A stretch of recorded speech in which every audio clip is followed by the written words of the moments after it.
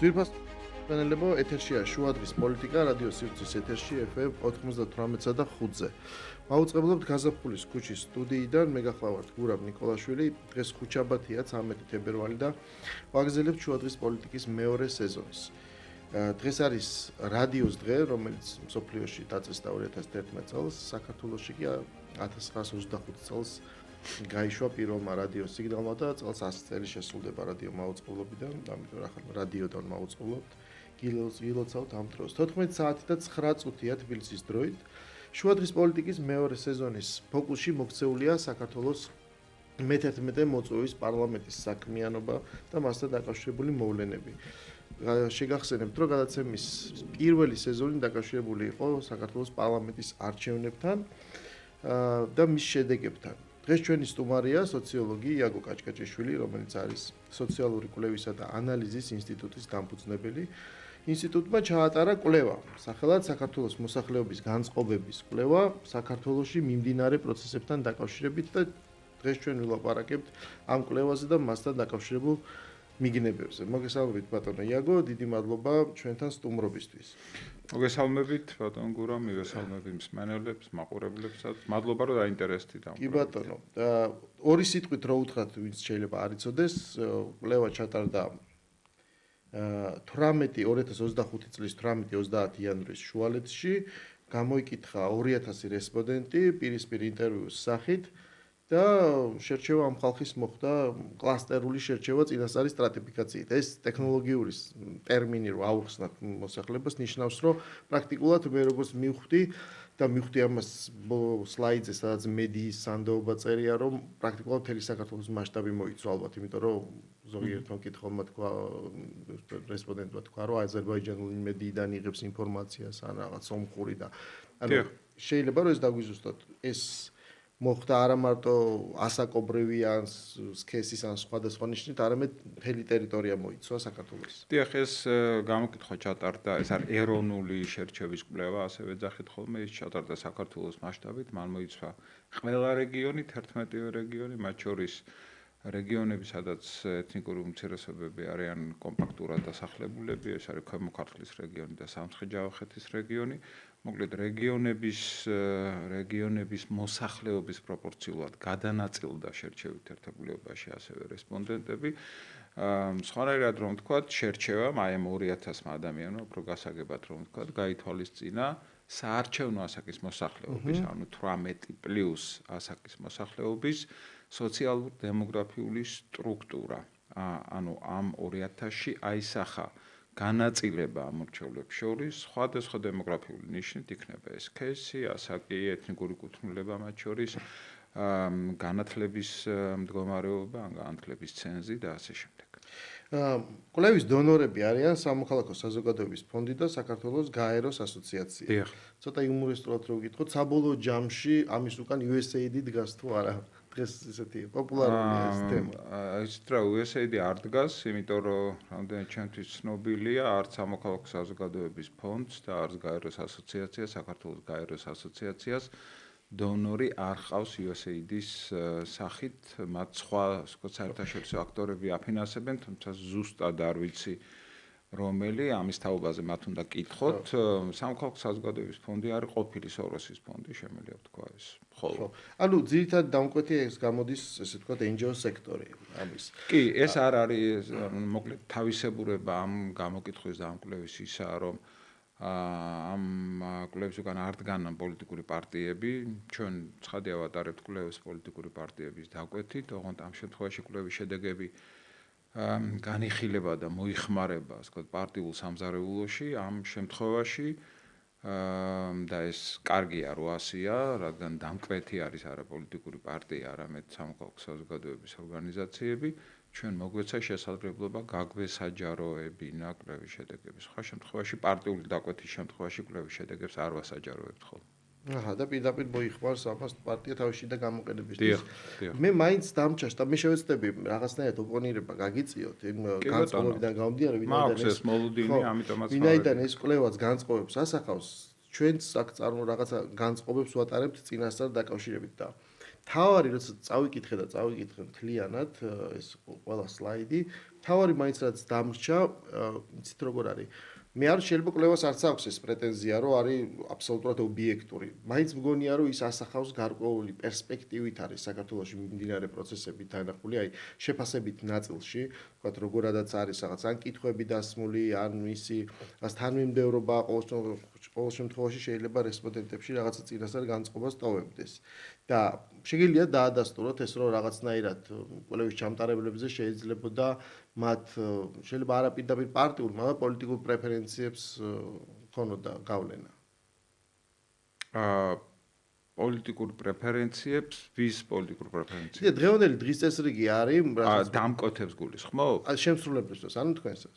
არა, ჩვენსაც რატო ჩვენ ვართ კვლევითი ორგანიზაცია, დამოუკიდებელი კვლევითი ორგანიზაცია, რომელსაც ყავს გუნდი, მოგეხსენებათ, რომ სოციოლოგიური გამოკითხვა ეს არ არის, ასე ვთქვათ, ერთი აქტორის მიერ შესრულებული სამუშაო, ეს არის წარმოება, შეიძლება ითქვას, რომ ეს არის ჯაჭვი, რომელიც სხვადასხვა რგოლისგან შედგება და მოითხოვს სხვადასხვა კვალიფიციური ადამიანის მონაწილეობას და ჩართვას. მე შემიძლია ჩამოთვალო ეს ადამიანები, ესენი არიან შერჩევის სპეციალისტები, სტატისტიკოსი, მონაცემთა ანალიზის სპეციალისტი, სუპერვაიზორები, რომლებიც უძღვებიან ველზე მუშაობას, ინტერვიუები და ასე შემდეგ. ანუ ამ ტიპის სამუშაოში ჩართულია ათეულობით ადამიანი და რაოდენობრივად, მასობრივ სოციოლოგიურ გამოკითხვებს გააჩნია თავისი სტანდარტები და ეს სტანდარტები უნდა დაიცვა ცხადია, ეს სტანდარტები შეეხება როგორც კვლევის ინსტრუმენტის, ანუ კითხვარის შედგენას, ასევე მონაცემთა დამუშავებას, მონაცემთა გაანალიზებას და ასე შემდეგ. თუ ვინმე მიმითითებს რომელიმე ამ სტანდარტის დარღვევაზე, შემიძლია ვუპასუხო, ან თუ ეს დარღვევა იქნა აღმოჩენილი, შემიძლია ამისთვის ბოდიში მოვიხადო, მაგრამ ესე იგი თუ სტანდარტები დარღვეული არ არის, ამ შემთხვევაში რაღაც პოლიტიკურ პრეფერენციებზე ლაპარაკი უადგილოა. არა, დას შეეხება დარღვევას სიმართლე გითხრათ, ერთგან მექანიკური შეცდომის გარდა, ერთ-ერთ სლაიდზე, სადაც უბრალოდ არის სანქციების მიმართ დამოკიდებულება და ლაპარაკი არის მაღალ ჩინოსნების დასანქცირებაზე, იქ შეჯამებაში უბრალოდ გამეორებული არის წინა სლაიდის ბიძინა ივანიშვილის. შეიძლება ეს მექანიკური შეცდომა. სხვა რამეზე მე რამდენადაც შემიძლია წარმოდგენა მქონდეს სოციოლოგიურ კვლევაზე, აქ არ ვლაპარაკობ იმაზე, რომ შეიძლება სტანდარტები არ იყოს დარღვეული. მთავარი ჩემთვის არის კითხვარი, მისი ფორმულირება, რომელიც ჩემი აზრით საკვანძო მომენტია, რაც შემდეგ განსაზღვრავს დიდწილად. სწორედ მაგას ვამბობ. რომ კითხვარი გახლავთ ერთ-ერთი მთავარი რგოლი კვლევის, ხო? იმიტომ რომ კითხვარი საფუძველზე ხდება ადამიანთა გამოკითხვა და კითხვარის შედგენას გააჩნია თავისი სტანდარტები. თავისი წესები გააჩნია კითხვარის შედგენას. აი მაგალითად, როდის არის კითხვარი მიკერძოებული, ხო? ერთ-ერთ სტანდარტს გეტყვით, რომელიც ყველაზე უფრო მეტად აჩენს კითხვარის ტენდენციურობას ან მიკერძოებულობას. თუ აქ შეკითხვები დასმულია ისე, რომ ის უბიძგებს რესპონდენტს გარკვეული პასუხისკენ. ანუ ეს არის ეგრეთ წოდებული მიმართულების მიმცემი შეკითხვები. ეს არის სტანდარტის დარღვევა, რასაკვირველია და არც ერთ შემთხვევაში ეს კვლევის ინსტრუმენტის აგების დროს ეს სტანდარტი არ უნდა იქნეს დარღვეული. ანუ კითხვა არ უნდა მართლაც შესაძლებელია კითხვები დაისვას ისე, რომ ამ შეკითხვებმა უბიძგოს რესპონდენტებს გარკვეული პასუხისკენ, ეს არის ცუდად გაკეთებული კითხვარი, ეს არის სტანდარტების დარღვევით გაკეთებული კითხვარი. ჩვენ ყოველთვის ვცდილობთ, რომ თავიდან ავიცილოთ ეს ასე ვთქვათ, მიკერძოება და კვლევის ინსტრუმენტი აი ასეთი მიმართულების მიმცემი შეკითხვების გარეშე ავაგოთ. აი სწორედ ამაზე რომ უკან დგას და ჩვენი გუნდის უკან დგას დაახლოებით 30 წლიანი საქმიანობა ამ სფეროში, ურთიერთობა ასეულობით ორგანიზაციასთან, როგორც ადგილობრივთან, ასევე საერთაშორისო ორგანიზაციასთან, ჩვენ ძალიან ვფრთხილდებით ჩვენს პროფესიულ კვალიფიკაციას და რეპუტაციას და ამას არ გავცვლით არც ერთ ტენდენციურ კითხვაზე. კი ბატონო, ანუ აი მაგ ნაწილზე რო გკითხოთ, მე გავეცანი აქ შედეგებს, ხო? ჩამოთვლილი არის რაღაცა კითხვაა დასმული და მე არის პასუხები. აი თავი რა მინდა გკითხოთ, რომ ეს პასუხები რაც აქ მოცემულია უმეტეს სლაიდზე, ყველგან ამნაირად არ არის შედგენილი. ეს პასუხები არის ღია თუ დახურული კითხვის შედეგად დასმული. ანუ რესპონდენტები თვითონ სცემდნენ თავისი ფორმულირებით ამ პასუხებს და მე რბოლთ არჩიეთ თუ თქვენ განსაზღვრეთ. კი ბატონო, ესე იგი, როდესაც სტარდება რაოდენობრივი გამოკითხვა, ამ შემთხვევაში ერთ-ერთი სტანდარტი რაოდენობრივი გამოკითხვის ინსტრუმენტის, ანუ კითხვის შედგენის არის იქ, რომ ამ მინიმალურად უნდა იყოს ასეთ ინსტრუმენტში, ასეთ კითხვაში ჩართული ღია შეკითხვები, უნდა იყოს ძირითადად დახურული შეკითხვები, ან ნახევრად დახურული შეკითხვები. ნუ ნახევრად დახურულია ესეთი შეკითხვა, როდესაც ჩამოთვლილია პასუხის ვარიანტები, მაგრამ დატოვებულია თავისუფალი ადგილი განსხვავებული პასუხისთვის, იმიტომ რომ შეიძლება არსებობდეს ასეთი განსხვავებული პასუხი, ხოლო დახურულია ესეთი შეკითხვა, სადაც ამა თუ იმ შეკითხვაზე ჩამოთვლილია ყველა შესაძლო პასუხი, ანუ პასუხთა რანჟირება არის ამოწურული და აი განსხვავებული პასუხი უბრალოდ ლოგიკურად არ შეიძლება არსებობდეს. და ერთ-ერთი სტანდარტი რაოდენობრივი კვლევის, ანუ მასობრივი გამოკითხვის არის ის, რომ კითხვარი შედგებოდეს ძირითადად დახურული ან ნახევრად დახურული შეკითხვებისაგან. ეს ცხადი არნიშნავს, რომ ღია შეკითხვა არ შეიძლება იყოს ჩართული კითხვაში, შეიძლება, რასაკვირველია, მაგრამ ღია კითხვების წილი რაოდენობრივ კვლევაში უნდა იყოს მინიმალური. განსხვავებული ვითარება გვაქვს თვისებრივ კვლევაში, ბატონო გურამ, თვისებრივ კვლევაში, კვლევის ინსტრუმენტი, რომელიც არის ფოქუს ჯგუფების სახელმძღვანელო კითხვარი ან ჩაღრმავებული ინტერვიუების სახელმძღვანელო კითხვარი, როგორც წესი შედგება ღია შეკითხვებისგან. მოკლედ, თუ შევაჯამებთ, ამ კითხვაში პასუხები იყო ფორმულირებული დახურული ან ნახევრად დახურული. და აი, როდესაც მე ვლაპარაკობდი და რაღაცნაირად ფიქრობდი, რომ ამ რაოდენობის კვლევას ახლა ეს ღიად ძალიან რთული იქნებოდა მონაცემის დამუშავება, როცა ვფიქრობდი, რომ ალბათ ეს არის დახურული კითხვები, როცა ვლაპარაკობ, როგორ თქვა, შეიძლება მე არ ვიტყოდი ამას რაიმე სტანდარტის, ესე ვთქვათ, სოციოლოგიური კვლევის აგების სტანდარტის დარღვევა ცხადია, მაგრამ როცა ვლაპარაკობ ტენდენციურობაზე, ეს როგორც ჩემი სუბიექტური აღქმა, ხო? სწორედ ამას გულისხმობ, მაგალითად, როცა არის ჩამოთვლილი და თუ ეს პასუხები წინასწარ არის იყო განსაზღვრული. პირველივე თემა არის, რომელი პოლიტიკური კრიზისი არის თუ არა საქართველოში და შემდეგ რა განსაზღვრავს ამ კრიზისის, ესე ვთქვათ, არსებობას, ხო? პოლიტიკური კრიზისის არსებობას აღიარებს 82-ზე მეტი პროცენტი. 82%, 82 და 1, 82 შეგვიძლია. ანუ დიდი უმრავლესობა. და შემდეგ არის ჩამოთვლილი, რომ რამ განაპირობა. ლაპარაკია რომ თქვა დასავლეთ გამოიხატება. ხო, რაში გამოიხატება? განაპირობა სხვა შეკითხვა. რაში გამოიხატება? ანუ ინდიკატორები, მაჩვენებლები კრიზისის. აი მაგალითად როცა ლაპარაკია რომ დასავლეთის მიერ საპარლამენტო არჩევნების შედეგების არაღიარება. ოღონდ თუ კი ამას კითხულობს რესპონდენტი, ხო, რომელმა ქვეყანამ არ აღიარა, მან ეს იცის, აი სადმე რომელიმე ქვეყანამ განაცხადა რომ არ აღიარა, ან მაგალითად ბევრი რამ არის ჩამოთვლილი პოლიტიკური პატიმრების არსებობა, უცხო ქვეყნების ჩარევა, ოპოზიციური პარტიების დესტრუქციული ქმედებები, პროტესტის მონაწილეთა ფიზიკური ანგარიშწორება და უკანონო დაპატიმრებები, მასობრივი საპროტესტო გამოსვლები, ახალი არჩევნების დანიშვნის მოთხოვნით. ანუ იცით როგორ რაღაც მინდა, მე ეს სხვა სლაიდებშიც მეორდება, ახალ არჩევნებს გასაგებია რომ ითხოვს დემონსტრაცია და რაც ჩამოყალიბდა იქ პოლიტიკური მოთხოვნა. მაგრამ ლაპარაკი არ არის მაგალითად ვადამდელ არჩევნებზე, ხო?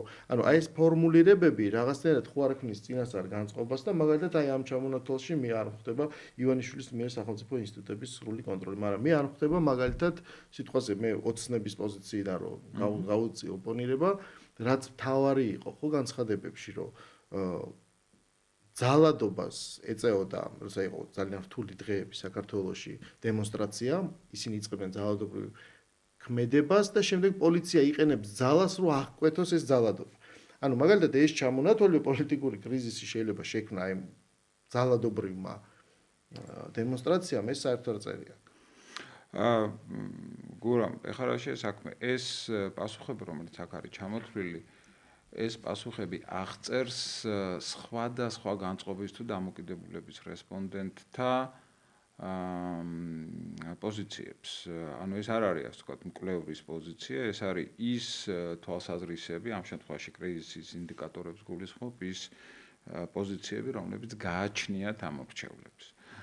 და ჩვენ შევეცადეთ, რომ ამ პოზიციათა ჩამონათვალში მოხვედრილი იყო როგორც ოპოზიციური განწყობის მქონე რესპონდენტთა პოზიციები, ასევე მოხვედრილი იყო ქართული ოცნების მომხრეთა პოზიციები. მაგალითად, თქვენ ამ ჩამონათვალში წაიკითხეთ ისეთი პასუხი, რომელიც შესაძლოა კრიზისის გამოწვევა ყოფილიყო, როგორც არის ოპოზიციურ პარტიათა დესტრუქციული ქმედებები, ხო? ოპოზიციურ პარტიათა, ოპოზიციურ პოლიტიკურ პარტიათა დესტრუქციული პოზიციები. თქვენ თავად წაიკითხეთ ახლა. ეს არის, ასე ვთქვათ, ქართული ოცნების ამორჩევლის პოზიციიდან დანახული პერსპექტივა. მარტო ეს არ არის, კიდევ სხვა პოზიციებიც არის, თუ მათხოვეთ მაგ ფურცელს მე არ მახსოვს ზე პირადად, ასე ვთქვათ, ყველა ეს პოზიცია, მაგრამ შემიძლია ასევე წაგიკითხოთ შეგვიძლია ასევე აი მაგალითად უცხო ქვეყნების ძალების ჩარევა ქვეყნის შიდა საქმეებში. ესეც ქართული ოცნების მომხრეთა პოზიციიდან დანახული პერსპექტივაა, ხო? ასე რომ ქართული ოცნების პერსპექტივიდან დანახული პოზიცია უკაცრავად. ასე რომ აქ ჩვენ გავითვალისწინეთ ყველა შესაძლო ვერსია, რომელსაც შეეძლო აღეწერა პოლიტიკური კრიზისის არსებობა საქართველოში. იმ ადამიანებისთვის, ვინც ამ კრიზისს აღიარებს, ახლა ვინც ამ კრიზისის არსებობას არ აღიარებს, ცხადია მათთვის ეს შეკითხვა შესაბამისი და რელევანტური არ არის. ამიტომ თქვენ თუ ნახავთ აი რამდენ დაუჭირა ესე იგი მხარი პოლიტიკურ კრიზისს და რამდენმა არ დაუჭირა მხარი პოლიტიკურ კრიზისს, ნახავთ რომ დიდი უმრავლესობა 82%. ანუ მე მაგაში აბსოლუტურად გეთანხმებით და დარწმუნებული და აქ ჩვენ ჩავთეთ ის შეკითხვები, მოკლედ ის უკაცრავად ის პასუხები, ანუ ის პოზიციები, რომლებიც შესაძლოა ქართული ოცნების მომხრეებს გამოეხატოთ, რამდენიმე ასეთი პოზიცია აქ ფიგურირებს. ეხლა რაც თქვენ ბრძანეთ, შესაძლოა ესეც ყოფილიყო ერთ-ერთი პოზიცია, კი ბატონო, ყველა პოზიცია ცხადია ვერ გაითვალისწინებს, სწორედ ამიტომ ბატონ გურამ ეს შეკითხვა ჩამოყალიბებულია ნახევრად დახურული ფორმით, ანუ დატოვებულია ცარიელი ადგილი განსხვავებული პასუხისთვის. აი თქვენ რო ყოფილიყავით ჩვენი კვლევის რესპონდენტი და კრიზისის ინდიკატორად დაგესახალებინათ ის პოზიცია, რაც ახლა ბრძანეთ, ეს მოხდებოდა სხვა განსხვავებულ პოზიციაში, რომელსაც ჩაწერდა ინტერვიუერი კითხვაში და შემდეგ ეს შედეგების დათვლაში აისახებოდა. ასე რომ არ იყვნენ რესპონდენტები, მათ შორის ქართული ოცნების მომხრეები, მოკლებულნი შესაძლებლობას ჩამონათვალისგან განსხვავებული პასუხი დაეფიქსირებინათ. კი ბატონო, მაინც ვიცით რა, მე შემიძლია რომ გავყევი ამ კვლევას რაღაც ჩემი ჩანიშვნები გავაკეთე, მე რა თქმა უნდა მაინც გონია რომ ბევრი გადმოსახედი შეიძლება აკლდა, მაგრამ მე რახან არც დამკვეთი ვარ და არც შემსრულებელი, მე ვერ განსაზღვრავდი სიტყვაზე ამ ფოკუსს, ეს რა შეიძლებოდა ყოფილიყო, მე შთაბეჭდილება ზოგადი რაც დამრჩა, ეს მაინც არის როგორ თქვა, ბოლოს რა უნდა დარჩეს? ბოლოს უნდა დარჩეს აი ამ კვლევის შედეგად ჩვენ ვიღებთ სურათს, ანუ რაც აცდენაშია მაგალითად ჩემ განწყობასთან, ჩვენ ვიღებთ სურათს, რომ ის კრიზისი არსებობს და ამას არ მარტო კრიზისს მე ყველა ეთერში ვიძახი, რომ დღეს საქართველოს ჩვენ პრაქტიკულად გვაქვს ომი. ესეთი სოციალური დაპირისპირება ძალიან მწვავე, რომელიც მე 92 გაგაწყობინებთ ერთ წუთი, ძალიან კარგია რომ თქვენ ამას აღიარებთ, მაგრამ მე არაერთი განცხადება მომისმენია ქართული ოცნების ხელმძღვანელებისგან, პარტია ქართული ოცნების ხელმძღვანელებისგან იქნება ეს ირაკლი კობახიძე, იქნება ეს მამუკა დინარაძე და ასე შემდეგ, რომ საქართველოში არავითარი პოლიტიკური კრიზისი არ არსებობს, ეს არის თითთან გამოწვეული ასე ვთქვათ შეფასება, რომელიც ჩვენი ასე ვთქვათ მტრების მოგონილია, საქართველო მიედინება ასე ვთქვათ ცხოვრების ჩვეულებრივ რიტმში და რამოდენიმე ასეული ადამიანი, რომელიც ქუჩაში გამოდის, ვერ უქმნის ვერანაირ ასე ვთქვათ წინააღმდეგობას ან წინაღობას საქართველოს პროგრესულ განვითარებას. ამას მუდმივად ამბობს ქართული ოცნების ხელისუფლება დღეს. თქვენ არ ხართ ამ შემთხვევაში ის ადამიანი, ვინც ქართული ოცნების ამ პოზიციას დაეთანხმებოდა როგორც ჩანს, ანუ აღიარებს კრიზისის არსებობას და როგორც ეს გამოკითხვა აჩვენებს, ქართული ოცნების მესვეურები წინააღმდეგობაში მოდიან მოსახლეობის განწყობასთან, ასე მოსახლეობის დიდი უმრავლესობის განწყობასთან. საქმე რაშია, იცით რომ მე ამ გონია რომ ამ ხრივ აცდენაში ვიყო, გეტყვით რატომ? იმიტომ რომ როდესაც ახლა პოლიტიკური ლიდერი ბრიფინგზე გამოდის, არა, ხო თქვით რომ კრიზისი არსებობს. მე რა თქმა უნდა, მაგრამ აი ჩვენ აცდენა გვაქვს სავარაუდოდ კონკრეტულ პოლიტიკურ ბრიფინგზე მას შეიძლება გააკეთოს ესეთი განცხადება იმისათვის, რომ თავის ამომრჩეველს, საბჭოთა ჩვენთან ეს საარჩევნო დაპირისპირება არ დასრულებულა, თავის ამომრჩეველს დაანახოს თქვათ მისი ანუ პრაგმატულად მოქმედებს, თუმცა თვითონაც ფიქრობს, რომ კრიზისში იმყოფება. ყველა განცხადება ხო ამაზე კეთდება. შესაბამისად, როგორ შეიძლება დღის წესრიგი არის დღესდღეობით აი ეს დაპირისპირება, ანუ არჩევნები რაც არ დამთავრდა. შემდეგ თუ ჩვენ გადავალთ მიზეზებზე, ლაპარაკი არის თქვათ განსხვავება რაშია ჩვენი შეფასება და შეხედულება. მაგალითად, ქართული ოცნების გადმოსახედიდან არჩევნები ჩატარდა სამართლიანად და დადგა ის შედეგი, რაც მივიღეთ. ანუ უხეშად რომ ვთქვათ, 54% მიიღო ქართულმა ოცნებამ, დაახლოებით 40-ზე მეტი, 45 მიიღო ოპოზიციამ, საიდანაც 4 პარტია მეტნაკლებად თანაბრად შევიდა პარლამენტში. ანუ ოპოზიციური ელექტორატი ქვეყანაში არის ლამის ნახევარი, ხო, 45%. ის აქციაზე ხალხი ვინც გამოდის და ესე ვთქვათ აპროტესტებს და ეს საპროტესტო ტალღა არსებობს, არ აქვს მნიშვნელობა სხვადასხვა დღეს რა ზომის. ეს ადამიანები არის ოპოზიციის ელექტორატი, რომლის განწყობაც ფორმულირებულია რადიკალური დღის წესრიგით, რომ ისინი არ იღებენ ამ შედეგს. თქვენი მთავარი აცდენა რაშია, ხო? ანუ ეხლა რომ მამუკამ დინარაძე იჯდეს ის გეტყოდათ, რომ ანუ ყველაზე მიუღებელი თქვათ არის მოცემულობა, როცა ლაპარაკი არის არჩევნების შედეგებს. აქ ძალიან ცოტა დრო აქვს დათმობილი 26 ოქტომბერს რა მოხდა, უფრო შემდგომ პერიოდზეა მე რაღაცა ჩაშლილი, ხო ეს კვლევა, მაგრამ ლაპარაკია იმაზე, რომ თუ ვის მიეცით ხმა 26 ოქტომბრის საპარლამენტო არჩევნებში, ქართულ ოცნებას 32%, ოპოზიციურ პოლიტიკურ ძალას, ანუ აქ აღარ არის ჩაშლილი ვის ვიცა, მთლიანად არის მოცემული პასუხი. შემდეგ ჩაშლილიც არის. კი პასუხებთ ბატონ გურამ ამაზე. მეგონი არის უკვე ეხლა ვის მისცემდით, ეგ არის ჩაშლილი, მაგრამ ვის მიეცით? არა, ჩვენ გვაქვს ჩაშლილი ასევე ვის მიეცით.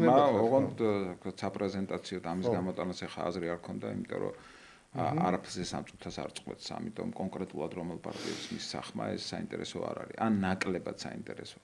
მოდი ესე იგი იმისთვის რომ ცოტა საგნობრივი იყოს ჩვენი საუბარი, იმიტომ რომ ყველა დრო ამოწურვადია მოგეხსენებათ, მე ყურადღებას მივაქცევ ისევ პოლიტიკურ კრიზისს და იმ ფაქტორს, რომელიც დასახელდა პოლიტიკური კრიზისის ყველაზე უფრო გამოკვეთილ ინდიკატორად მაჩვენებლად. ეს არის ერთპარტიული პარლამენტი. ანუ ამ ფაქტორმა ის რომ საქართველოში ასე ვთქვათ არსებობს ერთპარტიული პარლამენტი, ის რომ ოპოზიციურმა პოლიტიკურმა ძალებამ ბოიკოტი გამოუცხადეს პარლამენტს, არა ბევრი პარტია ჩაეხსნა, ანუ საერთოდ ასე ვთქვათ გამოვიდა პარლამენტიდან და ფაქტობრივად ჩვენ მივიღეთ ერთპარტიული პარლამენტი, ამაზე მოსახლეობა წუხს. ამაზე მოსახლეობა წუხს და მიაჩნია, რომ პარლამენტი, რომელიც ქვეყანაში ასე ვთქვათ ლეგიტიმური ძალაუფლების ერთ-ერთი ძალიან მნიშვნელოვანი ინსტიტუცია, რომელმაც უნდა უზრუნველყოს ძალაუფლების დაყოფა, ხო, ასე ვთქვათ მთავრობაზე მონიტორინგი, კანონები უნდა მიიღოს. ანუ ქვეყნის ფუნქციონირებისთვის პარლამენტი არის ერთ-ერთი ყველაზე უფრო მნიშვნელოვანი ინსტიტუტი და ეს ინსტიტუტი დღეს არის კოჭლი საქართველოში. ეს ინსტიტუტი დღეს არის ხეიბარი. მაგალითად, რომ მოუნდეს პარლამენტს საკონსტიტუციო ცვლილებების მიღება, ის ვერ მიიღებს, იმიტომ რომ ამას სჭირდება 113 დეპუტატი. რომ მოუნდეს ორგანული კანონების მიღება, ამას ვერ მიიღებს, იმიტომ რომ ამას სჭირდება 100 ხმა.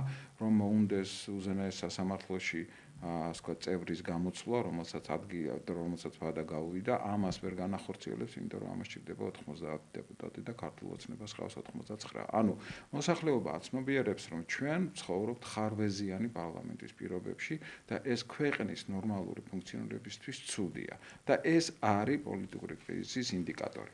არის თუ არა, რასაკვირველი არის და ამ თვალსაზრისით ჯანსაღია ძალიან ასე ვთქვათ ჩვენი საზოგადოების ხედვა. მეორე ადგილას რა ფაქტორიც გავიდა პოლიტიკური კრიზისის ინდიკატორად, ხო? მიაქცევდით ალბათ ყურადღებას. აქ ასე ვთქვათ ხაზი გაესვა იმას, რომ საქართველოს ცხოვრობს არა მხოლოდ თბილისში, არამედ რეგიონებში ჩვენ ხო ხედავთ ამას, განგრძობადი პროტესტის პირობებში. და იცით რა, პროტესტი, რომელიც არის ხანიერი, რომელიც არის მწვავე, რომელიც არის განგრძობადი, შეუთავსებელია სოციალური წესრიგის იდეასთან, ხო? აი სოციალური წესრიგი და განგრძობადი პროტესტი, რომელიც თავისი არსით არის დისფუნქციური, ერთმანეთთან შეხებაში ვერ მოდის. და ამასაც მოსახლეობა ამასაც ხედავს, რომ ეს პროტესტი არ არის ის ასე ვთქვათ პროცესი, რომელმაც შეიძლება ქვეყნის რაღაც აღმავალი ან პროგრესული განვითარება უზრუნველყოს. ეს ერთი. ეხლა მეორე რას ქვენ ბრძანეთ, აი ვის მიეცით ხმა.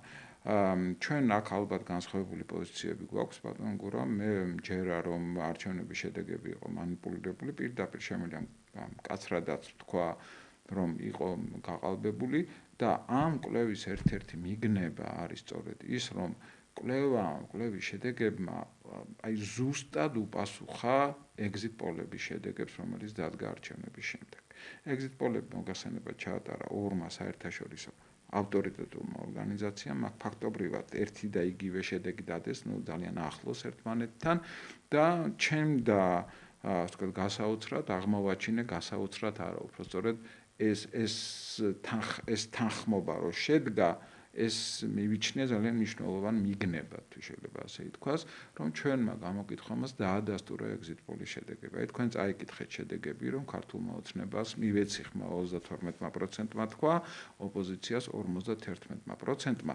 თუმცა იქ არის რაოდენობა რესპონდენტების დაახლოებით 17%, რომელმაც ამ შეკითხვას არ უპასუხა. ცხადია ეს არის ნებისმიერ რესპონდენტის უზენაესი უფლება, რომ მან რაღაც შეკითხვას არ უპასუხოს, შეკითხვას პასუხი არ გასცეს. მაგრამ ცხადია ჩვენ გვაინტერესებდა ვინ არის ეს 17% და ეს 17% გავარკვიეთ 17%-ის პოლიტიკური ასე ვთქვათ იდენტობა თუ შეიძლება ასე ითქვას, გავარკვიეთ სხვა ცვლადებთან მიმართებით და აღმოჩნდა რომ ნახევარი არის სახელისუფლოდ განწყობილი. ნახევარი არის ცოტა უფრო მეტი 9%. დიახ. და აი ეს 32%-ს რო დაუმატოთ ეს 9% არა არის და 51%. ანუ დაახლოებით კი არა, ზუსტად არის exit poll-ის შედეგი. მე ხარ სიმართლედ არ მახსოვს მაშინ exit poll-ის. exit poll-ი იყო მე მახსოვს ზუსტად და შემიძლია გითხრათ. მაგრამ ბატონ გურამ რომ exit poll-ის შედეგი იყო ასეთი. ორივე კომპანიის 51-52%-ის ფარგლებში და ეს ამ კვლევამაც აჩვენა. საერთოდ სოციოლოგიური კვლევა, რაოდენობრივი სოციოლოგიური კვლევა იმ უპირატესობით გამოირჩევა რომ მის შედეგები არის სტატისტიკურად დასაბუთებული. ამას ჩვენ რეპრეზენტატულს ვეძახით ხოლმე და სტატისტიკურად დასაბუთებული კვლევის შედეგები, ანუ რეპრეზენტატული კვლევის შედეგები შეიძლება გამოიყენო არგუმენტად. შეიძლება გამოიყენო არგუმენტად. ძალიან კარგი ტერმინს მიადექით, იმიტომ რომ მე ზუსტად ეგ აი როგორც თქვენ ახლა თქვით, რომ დაემთხვა ხო რაღაც განწყობა, რაღაც მოლოდინი შინაგანი მქონდა, მე კვლევა მაჩვენა დაემთხვა exit poll-ს. ნუ მე ზუსტად ეს შინაგანი არ მქონდა, ვიცოდი შედეგი exit poll-ის და გამოკითხვის შედეგები exit poll-ს დაემთხვა ამას ვამბობ. ზუსტად ასევე მგონია რომ მე რო ვადევნებ თვალს პოლიტიკურ პროცესს, საითკენაც ეს ყველაფერი მიდის პირველ რიგში, მინდა ვთქვა რომ ის არგუმენტები რაც ჩამოთვალეთ, რა ეს სოციალური დაძაბულობა ეს არ არის ნორმალური ფონი და ასე შემდეგ, პროტესტი რაც მიმდინარეობს და ამ პროტესტს თავისი არქიტექტორებით უყავთ, მათ ძალიან კარგად იციან ეს მექანიზმი რა მოქმედებს და ჩვენ ამას სხვათა შორის ღია ეთერშიც ვხედავთ. ხო კი, რა თქმა უნდა, ეკონომიკას პრობლემა უნდა შეექმნეს, ვთქვათ, უვიზო მიმოსვლა შეჩერდეს, მთელი რიგი პოლიტიკური აქტორები ამ ბერკეტებს იმართავენ იმისათვის, რომ პოლიტიკური კრიზისი არა მარტო შეიქმნას, არამედ გაძლიერდეს. ანუ ჩვენ ვხედავთ უდიდეს დაპირისპირებას. გურამ, ამაში გეთანხმებით, არც ერთი პროტესტი არ არის სტერილური, რასაკვირველია. ნებისმიერ პროტესტს თავის მიზანი აქვს და ეს მიზანი არის სწორედ პრობლემების შექმნა ქართული ოცნების. ანუ დამარცხებული ძალა, რომელიც ნუ არ აღიარებსო დამარცხს და ოღონდ მნიშვნელოვანია ვთქვათ, რომ თქვენ კი იძახით, რომ exit poll-ის სხვა იყო, შედეგი სხვა იყო, მაგრამ ვერავინ ვერ აჩვენა საბოლოო ჯამში ზუსტად манипуляция, რასაც ბრძანებს და ჩვენ გვაქვს უდოდირის დასკვნა, ჩვენ გვაქვს NDI-ის დასკვნა, აღარ ვაპარაკობ უკვე სადამკვირვებლო ორგანიზაციები ძალიან ძიმე შეფასებებია ბატონ გურა, მე პატივს ვცემ თქვენს ასე ვთქვათ ინტელექტუალურ შესაძლებლობებს, თქვენ ალბათ წაიკითხეთ ეს ასე ვთქვათ უდოდირის დასკვნა, ასეთი ძიმე დასკვნა ხო, მე შემაჯამებელ დასკვნას გულისხმობ, შემაჯამებელ დასკვნას, შუალედური არ ყოფილა ისეთი მწვავე, როგორც იყო შემაჯამებელი დასკვნა, შემაჯამებელი დასკვნა ასეთი მწვავე, მე დეტალურად გავეცანი ამ დასკვნას, იმიტომ რომ ჩემი პროფესიული ინტერესიც იყო ასეთი მწვავე, მას შემდეგ რაც საქართველოს დამოუკიდებლობა მოიპოვა, არ მახსოვს. მე დავინახე ის დიდი სხვაობა შემაჯამებელ დასკვნაში, რაც წინა დასკვნებს შორის, ანუ ეს არსებობს განსხვავება და მაინც მომეჩვენა, რომ სწორედ აი ამ პოლიტიკური სიტუაციის იმ წნეხის ქვეშ იყო გაკეთებული.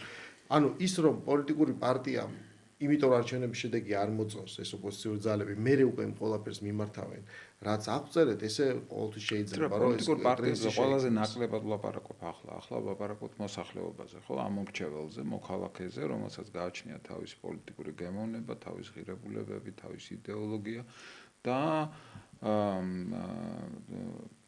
ასე ვთქვათ, მივიღეთ ის შედეგები, რაც გვაქვს. კვლევა რა თქმა უნდა იმას, რომ 26 ოქტომბრის შემდეგ ჩვენ აი მთელი გასული პერიოდი შეიძლება რაღაც ორ ნაწილად გავყოთ, ხო? ეს არის 28 ნოემბრამდე პერიოდი, თუ მოსახლეობაზე ვაკეთებ და 28 ნოემბრის შემდეგ. არა, კვლევა ყველაფერს უნდა, მაგრამ მოგონა შევტანო. არა, ხო, მაგრამ ეს ახლა ეს ამ კვლევაში ეგ არა გაქვთ, ეგ ზღვარი ესე გაყოფილი. გვაქვს. ჯერთი გვაქვს როგორ აფასებს მოსახლეობა 28 ნოემბერს ირაკლი ყოფილი. ეს ცალკე აღებულად, კი, და ნეგატიურად გვაქვს და ნეგატიურად მათ შორის ქართული ოცნების ამორჩევი. მაგრამ მე ნახეთ ის ამორჩეულთა გარკვეულ ნაწილში რა საკუთრებული. არა, ეს ეთერში მოგვისმენია მხარდაჭერების მხრიდან რაღაც მსხვილი ბიზნესი გამოსულა და იქნებ რაღაც სხვანაირად რბილად იგივე შეიძლება და ეს შეფასებები კი, არა მარტო ეს, მაგრამ ეს არის ძალიან მნიშვნელოვანი არ ვიცი ინგლისურად threshold-ი, ანუ რაღაც ზღვარი, ხო, მიჯნა, რომლის იქეთ საზოგადოებრივმა აზრმა და მანამდე საზოგადოებრივმა აზრმა მნიშვნელოვანი რყევები განიცადა. როდესაც 26 ოქტომბრიდან დაიწყო ეს, მე 27 ოქტომბრიდან ეს გაყალბდა კამპანია, მე დაიწყო რაღაცა სასწრაფო წესი ძიება ამ არგუმენტების, ხან იყო რაღაცა გაჩენილი ხმები, პასპორტი, ბიულეტენიდან მელანმა გაჟონა ასე შემდეგ. ანუ ჩვენ ვერ ნახეთ პროტესტის დიდი ტალღა, ისეთი რაც 28 ნოემბრის შემდეგ, იმიტომ რომ საზოგადოება უყურებდა. მე გადაცემის დასაწყისში ვთქვი, რომ ჩვენ აქ ვაშუქებდით ასე ყოველდღიურად მივყვებოდით სწორედ ამ CSGO, აბა როგორ მოქმედებს, რას მუშაობს და ეს ჩემ თვალწინ ხდებოდა. და სხვათა შორის ეხლა რაც პოპულარული გახდა ის, რომ იცით რა არის, მე მგონი რაღაცა კამპანია მიმუშავა, პროპაგანდა მიმუშავა. ამაზე მეორე დღეს ვლაპარაკობდი, რომ ჩემთვის იმიტომ იყო სარწმუნო შედეგი, რომ მე ვიცოდი, თქვათ, აი რასაც გრძნობდი განწყობები და რა ფორმირებას რა აკეთებდა ამ განწყობებისას, ხო? და ამიტომაც მოსახლეობა სკეპტიკურად უყურებდა, ამიტომ ჩვენ მასობრივი პროტესტი, იმიტომ რომ მას ჭირდებოდა არგუმენტები, რომ ხელი მოეკიდავებინა, რაღაც დაენახა ეს მესმის 28 ნოემბრის შემდეგ რაღაც სხვანაირად მოხდა, მაგრამ მე მაინც თქვენ როგორ ფიქრობთ, ეხა ცოტა კვლევას გასაგებია, მაგრამ რომ გავცდეთ, რომ იმ რაღაც დაგროვილმა საპროტესტო ანუ იმედგაცრუებამ არჩევნების შედეგებით იმუშავა თუ არა იცით რა, ესე იგი, კარგია რომ ეს საკითხი დასვით და იმ ლოგიკაშიც გეთანხმებით, რაც განავითარეთ, ბატონ გურა. ფაქტია, რომ პროტესტის შინაარს და პროტესტის ხანგრძლივობას თუ სიმწვავეს უფრო მეტად შეუწყო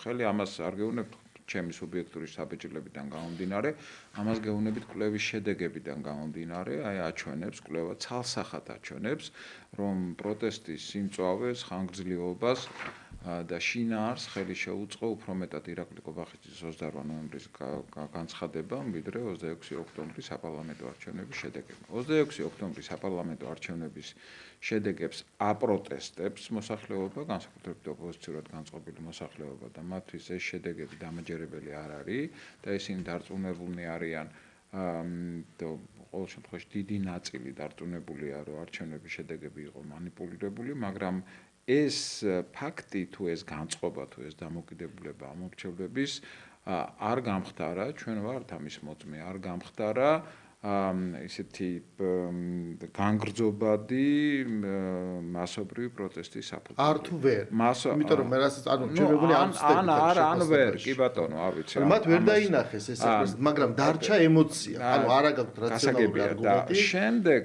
აი რაც მოხდა 28 ნოემბერს. ანუ ეს განცხადება აღმოჩნდა ტრიგერი, რომ ის მიძინებული ემოცია რაღაცა, მაგრამ ეს განცხადება ხო, ასე ვთქვათ, უბრალო ადამიანმა არ გააკეთა რა, ასე ვთქვათ, არ გააკეთა ვინმე ჩვეულებრივმა ბჭყალებში ვსვამთ ყველანი ჩვეულებრივი ვარ, ჩვეულებრივმა მოქალაქემ, ეს გააკეთა პრემიერ-მინისტრმა, რომელსაც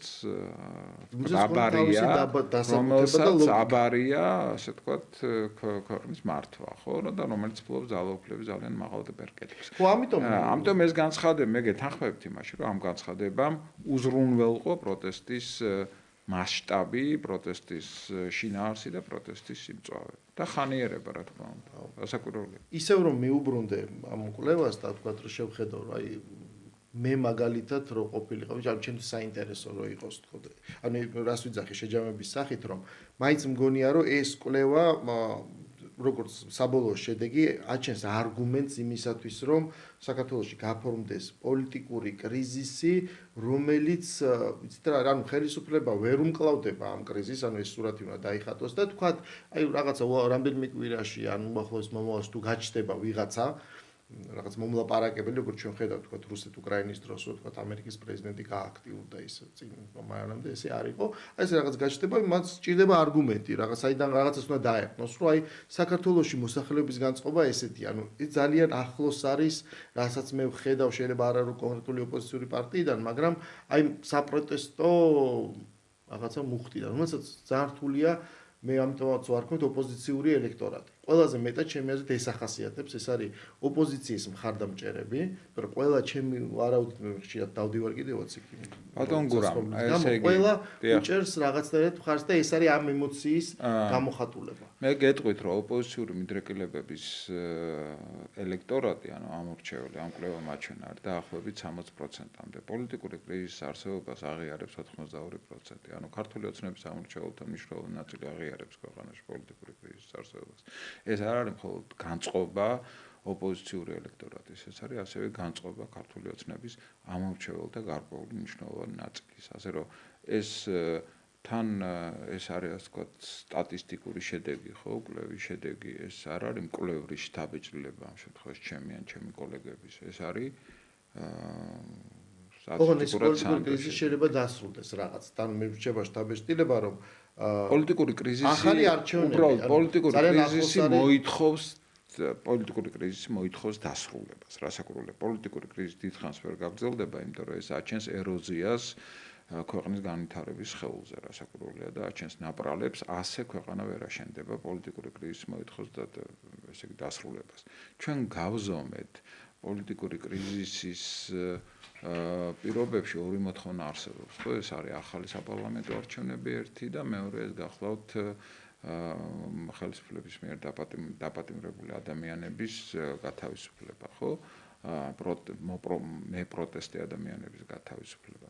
და აქ აღმოჩნდა, რომ აქაც ასე იგი ამხელა პროცენტი არ აქვს, მაგრამ უმრავლესობა სოლიდარულია როგორც ერთი, ასევე მეორე მოთხოვნის მიმართ, როგორც ახალი არჩევნების მიმართ, ასევე პატიმრების გათავისუფლების მიმართ და ესეც არის, ასე ვთქვათ, ის განწყობა, მეინსტრიმული განწყობა, რომელიც დღეს საზოგადოებაში არსებობს. კი, რაღაც მომენტში მე შემიძლია პირადი განწყობით ეს დავადასტურო, იმიტომ რომ სურათი, რასაც ადამიანები ხედავდნენ, უმრავლესობა, ანუ ყველას უნდოდა რომ ეს მორჩეს. ანუ გასაგებია რომ პირველ რიგში შეგიძლია რომ ტკივილი მაგაგიაროს და მერე დაიწყო მკურნალობა, ესე ვთქვათ. ერთ საინტერესო ამბავია, რომ უფრო მეტი მხარდაჭერი აღმოჩნდა ორივე მოთხოვნას უჭერს მხარს უმრავლესობა, მაგრამ კიდევ უფრო მეტი უჭერს მხარს მოპროტესტია დაპატიმრებული ადამიანების გათავისუფლებას. აი ეს ემპათიურობა არის ჩანს. მაგრამ როგორც კი ჩვენ ხედავთ, თქვათ, აი ხშირად ყოველ დღე ჩდება არგუმენტი, რომ პროტესტის მერამდე რაღაცა დღე შესაძლოა რაღაც ყოველ დღე არის, ამიტომ ეს არის უწყვეტი. ანუ ერთი მხარეს ხდება ამ არგუმენტის ფორმირება, მეორე მხარეს ხელისუფლების არგუმენტი არის, ვიცი და თუ არ არის ძალადობრივი პროტესტი, ჩვენ არ გამოვიყენებთ ძალას და დანარჩენი ეს რაღაცნაირად იყოს. და თუ კი მშვიდად მიდის ეს პროტესტი, მერე ისევ ჩვენ საინფორმაციო ბადეში ვხედავთ ერთგვარ დაპირისპირებას, ჩვენ ვეძებთ ისევ ამბობს სიმართლეს რა. ბატონ გურამ, თქვენ ხო იცით და ჩვენც ხო ვიცით, ყველამ ხო იცით, რომ ესე ბევრი ადამიანი, მათ შორის ჟურნალისტები, რომლებიც აბსოლუტურად მშვიდობიანად აშუქებდნენ პროტესტს, უბრალოდ კი არ დაზარავდნენ, არამედ სიკვდილს გადაურჩნენ. ხო? ამიტომ ესე იგი იმის თქმა, როდესაც პროტესტი მშვიდობიანია, იქ ასე ვთქვათ, დარღვევებს ადგილი არ აქვს პოლიციის მხრიდან, არ არის სწორი. ძალის გადაჭარბება რა თქმა უნდა ფაქტია. კი, და არაერთი. როცა იყენებ ძალას, ამ პირობებში, ბატონ გურამ, აი რა ვიცი, იქნება ვწდები და თქვენ მითხრათ მაშინ. ამ პირობებში მე არ მახსოვს ერთი დასჯილი პოლიციელი. არ მახსოვს. ამ ეტაპზე ჩვენ ეს ინფორმაცია ხო, ანუ არსებობს კადრები, აბსოლუტურად ესე იგი ცხადი კადრები, იოლად ამოცნობადი სამართალდამცავი სტრუქტურების წარმომადგენლები, რომლებმაც ბრუტალურად იზავადეს მშვიდობიან ადამიანებზე, აქციის მონაწილეებზე, არც ერთი არ დასჯილა და არც არსებობს რაიმე ასე ვთქვათ, იმედი, რაღაცა პროცესშიც კი არ არის ეს საკითხი, რომ ოდესმე დასრულდება. არც აქვე აღძრული არც მიმდინარეობს გამოძიება. ანუ ეს სამაგიეროდ ყველაფერი გამოძიება ჩაიფარცხა. სამაგიეროდ გამოძიება მიმდინარეობს და რაც ჩვენ ხედავთ არა მარტო ძალის გადამეტებაზე კი არა, ნუ პროტესტის მიმართ, როგორც ერთგვარ რაღაც რევოლუციის ცდილობაზე. ეს დღის წესრიგი და ჩვენის განცხადები გვესმის, რომ ის რაც ხდება, მიუხედავად ხო ისე ვიმეორებთ, რომელიღაც კონკრეტული დღის სიმწვავისა, ეს არის დაპირისპირება ხელისუფლების შესაძლებლად. გასაგებია, ოღონდ აი სხვა შორის ამ კვლევაში ჩანს ეს ბატონ გურამ, რომ როდესაც პროტესტის ფორმებზე ვსაუბრობთ, როდესაც პროტესტის ფორმები შევაფასებინეთ ჩვენ მოსახლეობას და ცალსახად ერთმნიშვნელოვნად არის მხარდაჭერილი პროტესტის მშვიდობიანი ფორმები. ჩვენი ქონდა ჩადებული მათ შორის ასე ვთქვათ ისეთ ფორმა პროტესტის, როგორც არის ვთქვათ რევოლუცია, ანაჯანყება, ამან ყველაზე უფრო ნაკლები მხარდაჭერა ჰპოვა მოსახლეობაში. ყველაზე უფრო დაბალი მხარდაჭერა პროტესტის ამ ფორმა აქვს და გაცილებით უფრო მეტი ფორმა აქვს აი მშვიდობიან აქციებს. ხო, და აი მაგიტომაც მე მგონი გამოკვეთილი არ არის ამ კვლევაში. როგორ არ არის? კითხვა დასმულია, აღწერილია შედეგები და არსებობს. ხო, ის რომ მაინც მგონია რომ შერბილებულია ის ნაწილი, რომ პროტესტის პოზიცია, მათი რაღაც განცხადებები, მაგრამ ის რომ ეს პროტესტი რაღაც მომენტში ძალადობრივი იყო, რამაც გამოიწვია პოლიციის რეაქცია, ეს ჩემი აზრით არა, რამ გამოიწვია, ამაზე ჩვენ ვერ შევთანხმდებით. მე პირადად სიმართლე გითხრათ, რომ ვისურვებდი, რომ მაგალითად რახან ამ ხელა კვლევა ჩატარდა, ხო, მეტი დრო და შეიძლება დათმობოდა საკუთრივ 26 ოქტომბერს. თქვათ რა განაპირობა ეს განწყობილება. ანუ ჩვენ რაზეც ავარაუდოთ ალბათ, იმიტომ რომ მე მგონია რომ ბევრ რაღაცაზე შეიძლება შევთანხმდეთ, შეფასებითი ნაწილია. თავარ რაღაცაზევე გაგვიჭირდება რა შეთანხმება, რა მოხდა 26 ოქტომბერს. ჩვენ ამ შემთხვევაში ჩვენ შთაბეჭდილებად ხვალ ვაპარაკობთ. თქვენ გაქვთ თქვენი პოზიცია, მე მაქვს ჩემი პოზიცია. ნუ მე ასე ვთქვათ ოპოზიციურად განწყობილი ვარ როგორც სუბიექტი, თქვენ შეიძლება პირიქით, თუმცა ზუსტად არ ვიცი, მაგრამ ამ შემთხვევაში ჩვენს განწყობებზე ხვალ ვაპარაკობთ ბატონ გურამ. ჩვენ ვაპარაკობთ მოსახლეობის განწყობებზე. კვლევის ხიბლი სწორედ ისაა, რომ კვლევის შედეგები არის არა მკვლევრი სუბიექტური შთაბეჭდილების პროდუქტი, არამედ არის კოლექტიური ცნობიერების პროდუქტი. ხო, ამიტომ მე აქ მოვედი რომ კვლევის შედეგებზე ვისაუბრო და არა ჩემს სუბიექტურ შთაბეჭდილებებზე და შედეგები ისეთია როგორიც გვაქვს. აი მაგას ვაპარაკობ რომ შედეგები რომელმაც რაღაცნაირად უფრო 26 ოქტომბრის მერე პროცესი აღწერა, უფრო მეტი მერჩვინა რომ სიტყვაზე მე გამეგო 26 ოქტომბერს. ბევრი შეკითხვა 26 ოქტომბერთან დაკავშირებით. მე პრაქტიკულად ეს პირდაპირ ერთი ვნახეთ უბრალოდ ვის მეცითმა, მაგრამ აი არა სხვაებიც არის ბატონ გურამ, სხვა შეკითხვები. ძალიან პრაქტიკულად არაფერი არ წერია უკრაინის ომზე. აი მე ისე ვიძახი სუბიექტორად, ანუ მე რომ დომოდა გამეგო რაღაცა განწყობა, ამა თუ იმ ფაქტორმა და განწყობას ხო ეს აყალიბებს, ამა თუ იმ ფაქტორმა რა გავლენა მოახდინა. ანუ უკრაინის დაში დაწყებული ომი ეს არის ალბათ ყველაზე ფუნდამენტური თემა, რამაც ქართული პოლიტიკა შეცვალა. იმიტომ რომ 2022 წლის თებერვლის შემდეგ იწყება სხვა ტიპის პროცესი საქართველოში ხელისუფლების მხრიდან. ლაპარაკი სულ ამაზე მეტის, ანუ 26 ოქტომბრის არჩევნების კონტექსტი განსაზღვრა არა უბრალოდ პარტიებმა, არამედ დღის წესრიგმა. ოპოზიციური თქვენ ახლა კარგად მოგეხსენებათ, კონტექსტი იყო, რომ ეს არის არჩევანი ევროპასა და რუსეთს შორის. სახელმწიფო კონტექსტი იყო, რომ ეს არის არჩევანი ომსა და მშვიდობას შორის.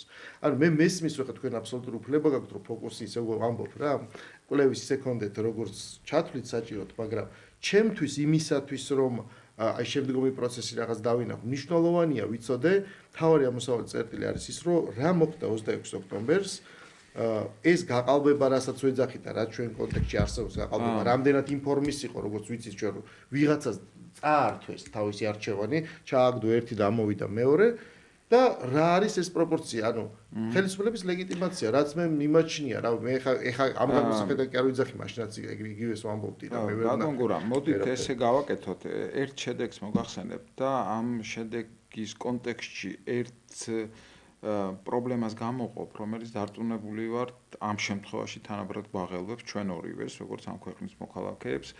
კვლევა მაჩვენა, რომ დასავლეთთან ინტეგრაციას, კერძოდ ევროკავშირში გაწევრებას, მაგალითად 86% ეთანხმება, მათ შორის ქართული ოცნების ამორჩევლების დიდი ნაწილი, ახლა ზუსტად პროცენტი არ მახსოვს, მაგრამ დიდი ნაწილი ეთანხმება, უმრავლესობა ეთანხმება ევროკავშირში გაწევრებას. გასაგებია რომ განსხვავებული წარმოდგენა შეიძლება კონდეს ოპოზიციონერს ევროკავშირზე და განსხვავებული ქართული ოცნების წარმომადგენელს, იმიტომ რომ შესაძლოა ქართული ოცნების წარმომადგენელი ფიქრობს რომ ევროკავშირი არა მხოლოდ ლიბერალური ევროპა, არამედ კონსერვატორული ევროპა, ამაზე არ დაუფეხლა ეს კი ბატონო ეს დროებით ესე იგი დავტოვოთ გვერდზე ასევე 74% თანხმება ნატოში გაწევრებას. ოღონდ ნახეთ რა შესაქმე. ამავე დროს უმრავლესობა ეს არის დაახლოებით 55% ნეიტრალიტეტის მომხრეა. ანუ ამბობს რომ საქართველოს არ უნდა გაწევრიანდეს არც ერთ სამხედრო პოლიტიკურ კავშირში, არამედ უნდა შეინარჩუნოს ნეიტრალიტეტი. ანუ ნახეთ გარკვეული გადაფარვა არსებობს საზოგადოებაში მნიშვნელოვანი ნაწილი, რომელიცაც უნდა ნატო, მაგრამ ამავე დროს უნდა ნეიტრალიტეტი. ანუ ეს არის, როგორც ფსიქოლოგები იტყვიან, კოგნიტური დისონანსი ერთგვარი, როდესაც ადამიანი თავის ცნობიერებაში ამ ორი შეუთავსებელი რამის შეთავსებას ცდილობს. ეს ძალიან მნიშვნელოვანი ამოცანაა ყველასთვის, რომ აუხსნას საზოგადოებას, რომ ეს ორი რაღაცა არის შეურიგებელი, შეუძლებელია თან ნატო გინდოდეს და თან ნეიტრალიტეტი გინდოდეს, იმიტომ რომ ეს ორი რაღაცა ერთდროულად არ მოხდება. ევროკავშირი და ნეიტრალიტეტი შეიძლება მოხდეს, რასაკვირველია, მაგრამ ნატო და ნეიტრალიტეტი ერთდროულად ვერ მოხდება. და არის ეს წინააღმდეგობა, არის რაღაცა პრობლემები საზოგადოებრივ ცნობიერებაში, რომელიც მოითხოვს ახსნას, განმარტებას, მეტმსჯელობას, მეტ კომუნიკაციას საზოგადოებასთან. ნეიტრალიტეტის თემა ერთ-ერთი მწვავე, ერთ-ერთი ის თემა, რომელზედაც საზოგადოების ინფორმირებულობა არის აუცილებელი.